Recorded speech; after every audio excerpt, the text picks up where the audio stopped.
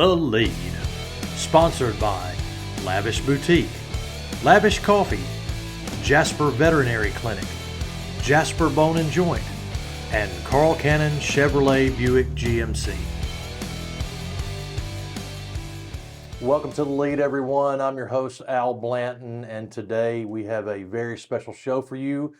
We've got a radio legend in the house and co-host of the Boomo Bugg Show on 93.9 The Score, Brett Beaird. Brett, welcome to the show, man. Al, I am delighted to be here. I feel like this is a trip down memory lane. I've already seen people that I haven't seen in years. You and I know each other from press boxes. Yes. And from relatives, and we'll get into that in a few minutes. That's right. Well, I want to know, I've been on your radio show before, but I want you to tell our viewers about the radio show that you're a part of and have been for a long time. Right. Harold Bugg and I co-host the Boomo Bugg Show in North Alabama. Actually, the station itself is 93.9 The Score, located in Florence, but we reach parts of 3 states and 13 counties. And Harold and I have been doing this insanity, believe it or not, for 21 years. He was the sports director of Channel 19, the local CBS affiliate in Huntsville, until his hair turned gray. And as you well know, that's a bad thing for TV. And then he was looking for a job, and I had already started part-time at the local ESPN affiliate in Huntsville. And I came around the corner one day. He was standing there. We got to know each other, and he started another show, and we started working together. And 21 years later, we've seen quite a few changes in college sports and the NFL, et cetera, in 21 years. Is that kind of your focus, just college sports? Yeah, football mostly? Our mantra is Alabama, Auburn, Tennessee, the rest of the SEC. We do a lot of high school sports, recruiting, the Atlanta Braves. Our station is Atlanta Braves affiliate. But yeah, it's still primarily the SEC because, again, a lot of our listening audience have branched out over the years. But it's still black and white and simple. It's Alabama, Auburn, Tennessee, and the rest of the SEC, and that's what we primarily talk about every day. Now, y'all got a lot of like writers, insiders, and people like that, and your show's packed. I mean, you've got 4 or 5 different people every day. Who are some of the more memorable interviews that you've had? We talked to, on Tuesday, we talked to Gene Stallings. On Wednesday, we talked to Pat Dye, and we did that for 2 or 3 days, 2 or 3 years. During the season, and particularly, we would set it up for them. And I'm telling you, we'd normally talk to Gene Stallings at 1:15. If you had not called him by 1:10, he wanted to know why. And then Coach Dye, every once in a while, Coach Dye would have a couple of beverages with lunch, and that would be a rather entertaining... Coca-Cola? Yes. And that would be a rather entertaining conversation. Right. One day, and I could tell that he had had one too many. Al, he used the S word 3 times, and it just went right along with it. Never missed a beat. Word. Yes, Okay. the S word. We're not talking about snow either. Right. And he just went right along with it. But those are, we have a little bit different of format than a lot of the sports talk shows. I grew up listening to Ben Cook and Herb Winches on 690 AM on Jocks. And in fact, those two actually became guests on our show for years, and particularly Ben Cook. We have 6 guests to show, and we have limited callers, unlike a Feinbaum show, who Paul lives off of his cartoon characters who call in every day. But it really has been fun because we talk to college coaches, players, media. Bino Cook was one of my favorite guests. He called me one day. I literally sent him a letter. I didn't know how to contact him, so I sent him a letter. I said, Bino, would you consider coming on our show occasionally and just talk about college football? I was in Dillard's one day shopping, and my phone rang, and I didn't recognize the caller ID, so I just answered the phone, and it was Bino Cook. And he said, Brett, I got your letter, and I'll be more than glad to come on your show. And I talked to him for 30 minutes while I was waiting to buy a pair of shoes. It really is amazing sometimes at how the relationships develop. Reese Davis is a good friend of ours, grew up in Muscle Shoals, which I moved there last year. But it really has been fun getting to know a lot of these guys who can tell stories. Coach Dye and Coach Stallings, but our interviews always went over the 20 minutes because they'd get rolling with the story and we just let them go. Yeah. You know, I thought about this the other day. I mean, we've lost Coach Dye, Coach Dooley, Coach Majors, Coach Bowden, just in the last few years. Yeah. You know, and I, you know, obviously I don't want to talk about me a whole lot, but I mean, like, you know, I've been able to interview all those guys, and you know, it's sad that Oh, absolutely. that era of coaching is, I mean, they're dying out. They were class acts. I'm glad you brought up Johnny Majors. We would get him on 2 or 3 times a year. And one of the things we would begin the conversation, and Coach Majors would say, now, guys, I really don't want to talk about Phil Fulmer. And of course, most people who are familiar with the Tennessee situation realize Coach Majors had the health incident, and then Phil Fulmer more or less helped himself to the job. And he would distinctly say, now, before we get started, I really don't want to talk about Coach Majors. Well, 5 minutes later, he'd bring up out of the blue a Phil Fulmer story, then he'd go from there. So it was really, but he was a class man. Bill Curry, we talked with for years. You bring up a good point, because a lot of those guys, sure, they were tough and rough and disciplined and old school coaches, but they were class. They were old school gentlemen that you could sit down and talk really to them about anything. Obviously, it was athletics, former players, former assistant coaches who worked with them, but those guys were old school, dyed-in-the-wool, quite frankly, Americans who did not, it did not bother them at all to tell you what their beliefs were, their foundations were, whether you liked it or not. But they were real people. And that's one of the things I really enjoyed. Yeah, I mean, I always felt like there was a similarity between a lot of the coaches. I mean, they were red-blooded Americans. Absolutely. And, you know, they were lovers of history and things like that. And I found that thread as I went and interviewed them. So, and it's sad that a lot of those stories are being lost, because you know that era, that's what I grew up on. I mean, I grew up going to the Bama games and the Legion Field games, and you know, when you lose those people that were a part of it, you lose a lot of those stories that are accompanied too. Tell us a little bit about, I know you've been to, you know, different stadiums throughout the country, and tell us a little bit about your, I mean, obviously you get to go to the games. We'll talk a little bit more about that in a second, but what are some of your favorite venues and places to go that you've gone to throughout your career? Tampa was a nice place, Buccaneer Stadium, Raymond James Stadium. There really is a pirate ship there, by the way. You see it on TV. Actually, Atlanta is difficult to get to. Everybody knows the traffic, but I've always enjoyed Mercedes Dome. I went to the national championship with Alabama and Georgia when Trump was there, and it was one of the more amazing adventures I've ever had, just to get in the stadium, just to work around the Secret Service, showing credentials. And listen, I thought I was going to be arrested, literally just trying to get into the stadium through the security deck. New Orleans, we enjoyed. I've really been blessed, Al. I've been to, last year, I counted up one day, I've seen 410 Alabama games live. I've been to close to 20 bowl games. I think about 6 in New Orleans, several on New Year's Eve. If you haven't, that's got to be a bucket list for anybody, is to go to New Orleans for New Year's Eve. You'll never forget it, the good and the bad of it.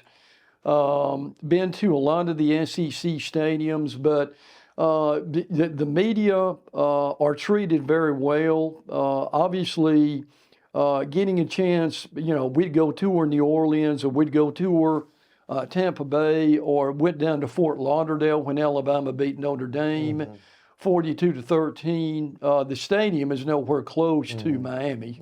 It's about 45 minutes outside of that. But I've been blessed over the years to get a chance to know a lot of the media. Herb Street was there one year, and we got a chance to interview him for 30 minutes. One of the most down-to-earth guys you can imagine. Now, a lot of those guys, their heads in the clouds, but Herb Street would just sit and talk to anybody about college football for minutes. But I've been blessed to go around the country.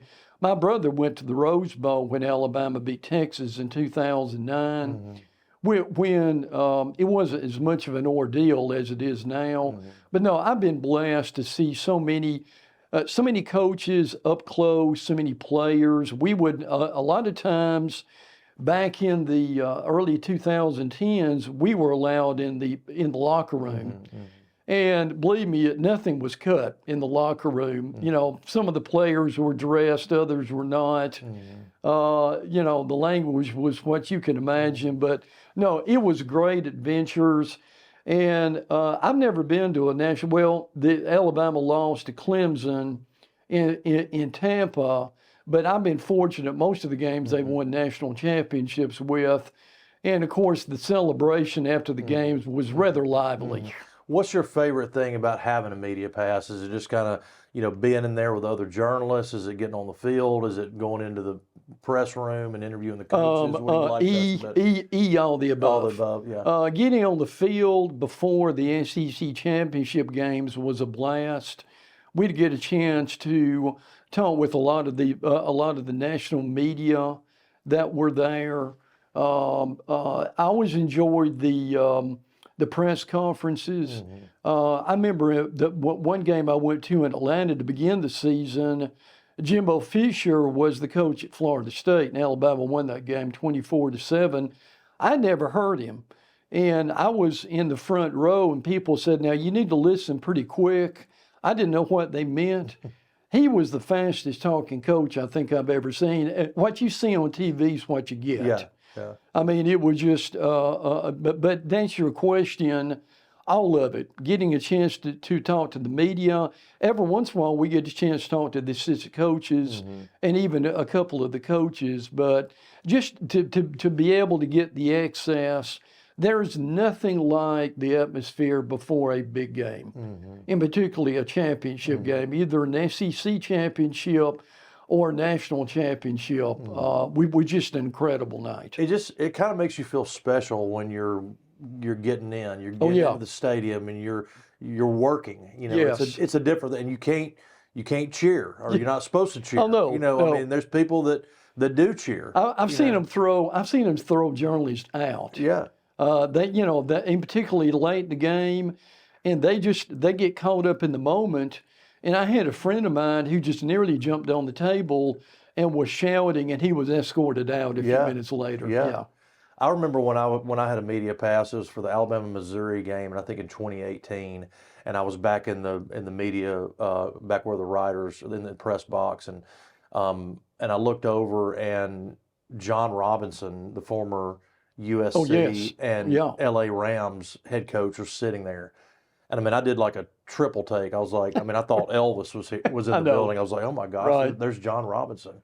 And I ended up talking to him for a few minutes and had an interview with him. And then another guy that was there was Gary Pinkel, former Missouri head coach. And have you had some moments like that in the press box where you kind of saw somebody, you're like, wow, that Joe Namath. Yeah. And again, I was kidding some of my friends about this. They asked me, well, Brett, what in the world, do you say to Joe Namath? And I said, well, I thought for just a few minutes, and, I came up with something really intelligent. I said, hey, Joe. It was just one of those moments, Al, to where, you've grown up, you've seen him on TV all of your life, and you're saying to yourself, this is the opportunity of a lifetime to say something intelligent to Joe Namath, and your mind goes blank. Yeah. I don't know any other way to describe it. I mean, that could have eclipsed, when he saw Raquel Welch the first time or something. I mean, you never know. I mean, that could have. Who are some of the guys in your industry that you particularly admire? That could be radio or just, any kind of sports media. I mean, you mentioned Herb Street and Reese Davis. Those guys do a great job. Who are some of the guys that you particularly admire? There are, we've been very lucky. We work with a lot of the beat writers, but Tony Barnhart is one of our favorite ones. Chris Lowe, I saw Chris at the Alabama A-Day recently, or just two of them. Chris Lowe is just a down-to-earth guy. Now, he has turned into the, quote, Alabama SEC insider for ESPN. We work with Andre Adelson. I get asked from time to time, how many women do you have on your show? And I said, well, we have 2 or 3 that we talk with on a regular basis. We talk with her. She's our ACC insider, but she now is working with the ACC network. In fact, she did the sideline reporting for the Miami spring game last week. Cam Ward is their cornerback who played very well. But we've gotten a chance to know that's another good example. The former Oklahoma quarterback, he passed away, and I'll think of his name in a few minutes. He was a senator, and we would talk with him once a month and go into all of his stories with the Oklahoma Wishbone back in the 70s, at least ones we could repeat over the air. Yeah. But it was just, we talked with the Allensons a lot. We actually used to do a lot more NASCAR than what we do now. I know Talladega's just around the corner, but those are some, that's just a good example of some of the guys that we've developed a relationship with in the last 21 years.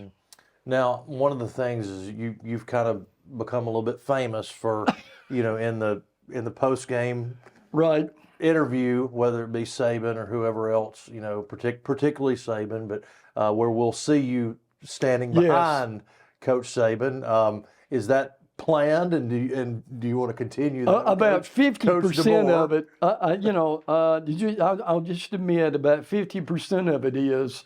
I had a good friend of mine who taught me when I first got in the business. Now, he said, if you want to get a little bit of recognition, this is what happens after the game. And you mentioned again, what are some of the, as far as the media pass, being on the sidelines and being able to jump in, do an interview, and interview players. Well, normally they would not let the media come down on the field until about 4 minutes remaining in the game. Yeah. Some of that's for their own safety, quite frankly. But when the game's over with, it's every man for himself. The security guards run off, and quite frankly, the media are allowed anywhere on the field. And I look for the ESPN camera. Holly Rowe, who does a great job. We've interviewed her several times. Holly would normally interview him after a national championship game. So my eyes would latch on to Holly, and I would look where she's going, and I would stand behind her because I knew that's where the camera was going to be. But several times it was just accidental. I really had no intention of being that close to him. I remember one time in particularly, and I think it may have been after the Alabama-Georgia game, where Devontae Smith caught the winning touchdown. I was about probably about 5 rows back, and they just started the interview, and all of a sudden they were trying to go get some of the other players, and I look up, and I'm the only one standing there. They all just kind of scattered to the winds, but some of it, quite frankly, is premeditated, and some of it is accidental. Yeah. What are your thoughts about DeBoer so far? I like him. I thought Greg Byrne, I told Greg this during A-Day, that nobody could have done a better job of getting a coach, an elite coach, that quickly. In fact, he said, well, I'll have a coach in 72 hours. Well, he did it in 49. DeBoer, I thought, was the best coach out there. I thought Dabo had kind of fallen off a little bit the last couple of years. Lane Kiffin, who in his spring game had a hot dog eating contest and a tug of war which wouldn't go over real well for a spring game in Tuscaloosa. For the amount of time that he had and the coaches available, Mike Norvell was a real opportunity, and we talked to Andrew Edelson, who interviewed Norvell, and he kind of sidestepped the issue, but he was number two as far as the choice. If DeBoer was not there, but DeBoer was only making, quote, $4 million a year, which is a lot of money for you and I. Right. But for coaches, it's not. Yeah. But he basically, it wasn't the salary, he just wanted the opportunity to coach in Alabama. Yeah. It was a lifetime opportunity. I think it was a great decision. He runs a very good offense. He hired a very good coach, Womack from South Alabama, just kind of fell in his lap. And he was smart enough to be able to also hire two, at the time, full-time coaches to come in and coach for him. But I think it was a great decision. I think he's going to be very successful. Yeah, I mean, I like what I see so far. It's as people have mentioned, it's tough to be the guy following the guy. You got it. You know, you got it. I'm interested in your work as a freelance writer. I mean, you've written for the Huntsville Times and AL.com, Tider Insider, 256 Magazine. Talk a little bit about your roles with those publications. The greatest training in the world for a journalist is to do high school sports. I've been locked out of 3 stadiums because I was finishing my story. I was the only one in the stands. I was locked out of the press box twice. And it was either finish the story in the press box or the stands, because we would normally, for a typical Friday night, the game would be over with at approximately 9:30, sometimes later. And as the years progressed, with teams running more plays, it would be later. And the deadline to get the story into the editor was 11 o'clock. Well, either you run to McDonald's and try to get some kind of a Wi-Fi. I was lucky enough to get a hotspot, but I would literally finish it in the car, in the stands, or the press box. You finish the game, you've been sitting there for 2.5 hours, and then you do a dead sprint to the head coach. You're hoping that he's not mad or in a bad mood. Now, I've been very fortunate. I've only had one coach who was, quite frankly, grumpy and didn't want to talk. In the 12 years, I spent 12 years working for AL.com, but I really enjoyed it. AL.com had their own unique style. They thought the reader would be more interested, instead of just a 300-word story. It was star of the game, player of the game, stats, etc. I would have to do my own stats, go down to do the interviews, and then put all that stuff together, quite frankly, in about 30 or 45 minutes. Greatest training in the world that I've ever had. The other publications, Tider Insider was doing a lot of recruiting, calling a prospect, talking with that young man about what do you like about the coach, the team, what are some of the programs you're looking at, when are you going to make a decision with that. I enjoyed doing that. 256 Magazine, which is similar to yours, I did the Alabama and Auburn article, and I would do a column either monthly or bi-monthly, and I would use a lot of the information that I would retrieve from our own shows and even some interviews that I would tape to do that. But it's been fun. It's been a lot of work. Journalists now, a lot of them are more activists than they are journalists. And I see that now on more of a national basis, but it's been quite a training ground covering high school sports. And I did football, basketball, soccer, wrestling was one of the easiest ones that I did. I've never done lacrosse, but I feel like I've done everything else. But it was really an incredible training ground as far as learning how to write. Now, you were born in Tuscaloosa, grew up in Jasper. You were able to go to the University of Alabama when Bear was the head coach, and you had an opportunity to meet Coach Bryant on one occasion. It was unique. My brother and I went to Coleman Coliseum. Then you basically had an arena, but you had a lot of administrative offices. We went over there, and it was in 1981. And we were there to change class or something. But anyway, we finished doing that. And then we were there, and I said, well, let's walk into the arena and see if anybody's there. And they had 2 lights on the entire arena. Everything else was dark. And we stood there looking around for a few minutes, and we were getting ready to leave. And there was a voice in the darkness that basically said, how are you fine gentlemen doing today? And my brother and I were, of course, startled. I mean, it could have been the janitor, and we would have been startled. Well, no, we turn around, and there's Coach Bryant. All 6'4", 250 pounds of him. Yeah. So we turn around, and again, it's kind of like my Joe Namath moment.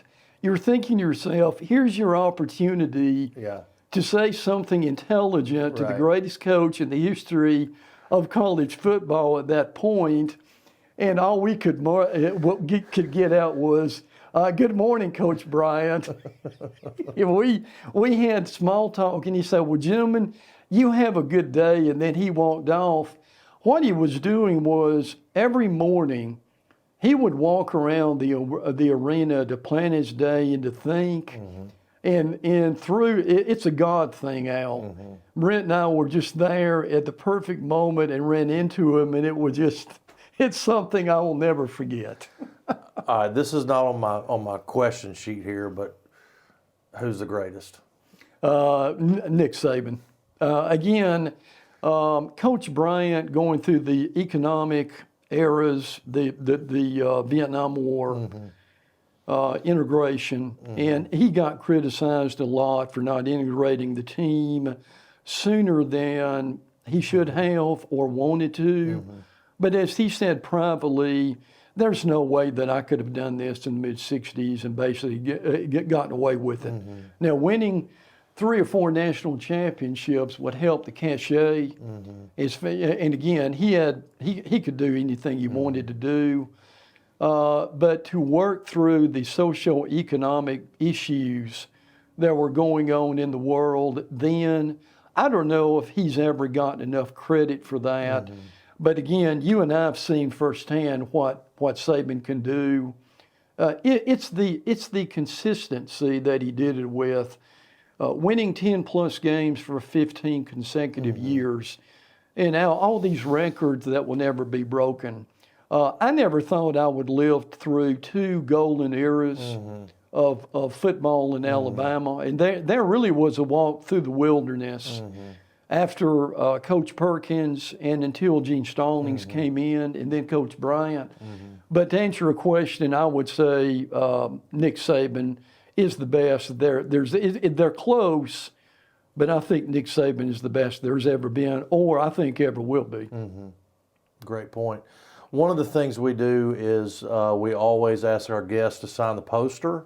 So if you wouldn't mind taking the silver marker there, and wherever you'll have to get up probably. I'll be glad to. Yeah. We make you work here, Brett. So that's all right, Al. Wherever you want to. Listen, when you come here, you got to earn your lunch. That's right. Exactly. So there you go. Can I put an RTR? Absolutely. Thank you for that privilege. Yeah, man, of course. And we really appreciate you coming on the show. Oh, my pleasure, Al. It's so good to have you back in Jasper, if only for a little while. And it's great to be back here. Listen, when we were growing up, my family did 2 things. We went to Smith Lake, but graduated from Walker High School in '76, Walker College, and went to Alabama. But when I was here full time, we did 2 things. During the summer, we'd go to Smith Lake. We had a boat at Hughes Marina. In the fall, we'd go to Legion Field or Bryant-Denny. But again, being raised here, it's grown a lot, and it's absolute delight to come back here. Yeah, we hope you come back. My pleasure, bud. For Brett Beaird, this is Al Blanton. Pick up a copy of the latest 78 magazine at a store near you, and we will see you next time on The Lead. The Lead, sponsored by Lavish Boutique, Lavish Coffee, Jasper Veterinary Clinic, Jasper Bone and Joint, and Carl Cannon Chevrolet Buick GMC.